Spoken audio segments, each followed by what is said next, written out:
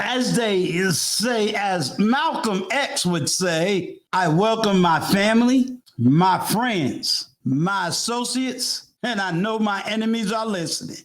And the message tonight is, why do men behave badly? And the issue comes from two different sources. And you've probably heard these terminologies or these ideals on these YouTube streets. And it's called operating in your true manly masculine frame, or are you operating out of your feminine frame? You have men that knows how to operate in their total masculine frame, but then you have men who are operating in their total feminine frame. So let me give you an example.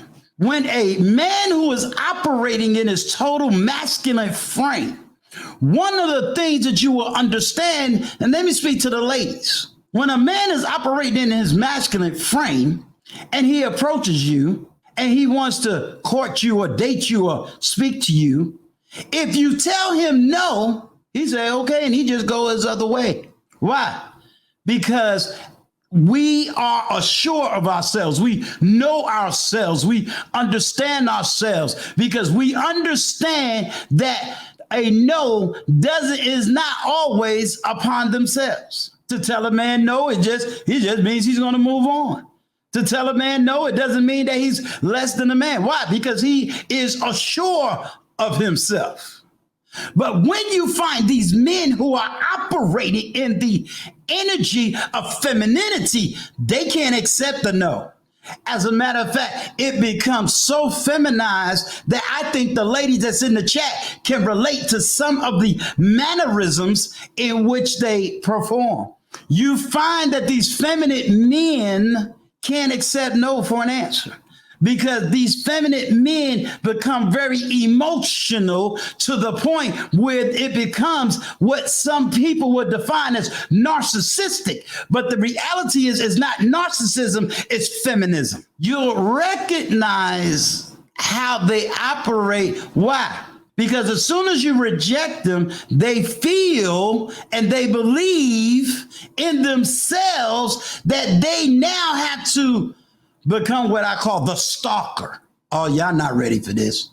Yeah. See, and so when these men operate in their feminine, ladies, I need you to understand, these men are the ones that are the stalkers, because they can't take the idea that you rejected them. Why? Well, let's talk about the feminine of the woman. Don't you women want to have total attention on you, right? You want to be adorned. You want to be spoken of. You don't want no one to see you but the man that loves you. But now with these feminine men, they're operating just like you. They only want to be seen as themselves. They only want to be identified as they're in their whole self. They get so emotional and so wrapped up in their emotions that they don't even realize that they're operating like a woman. See, ain't nothing wrong with a woman acting like a woman. I expect a woman to be emotional.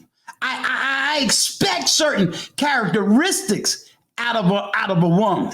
I even expect her to be able to talk a certain way as a woman. But what you find with these feminine men is that they don't just talk like a woman. They begin to act out like a woman. What do I mean? They cannot comprehend a no.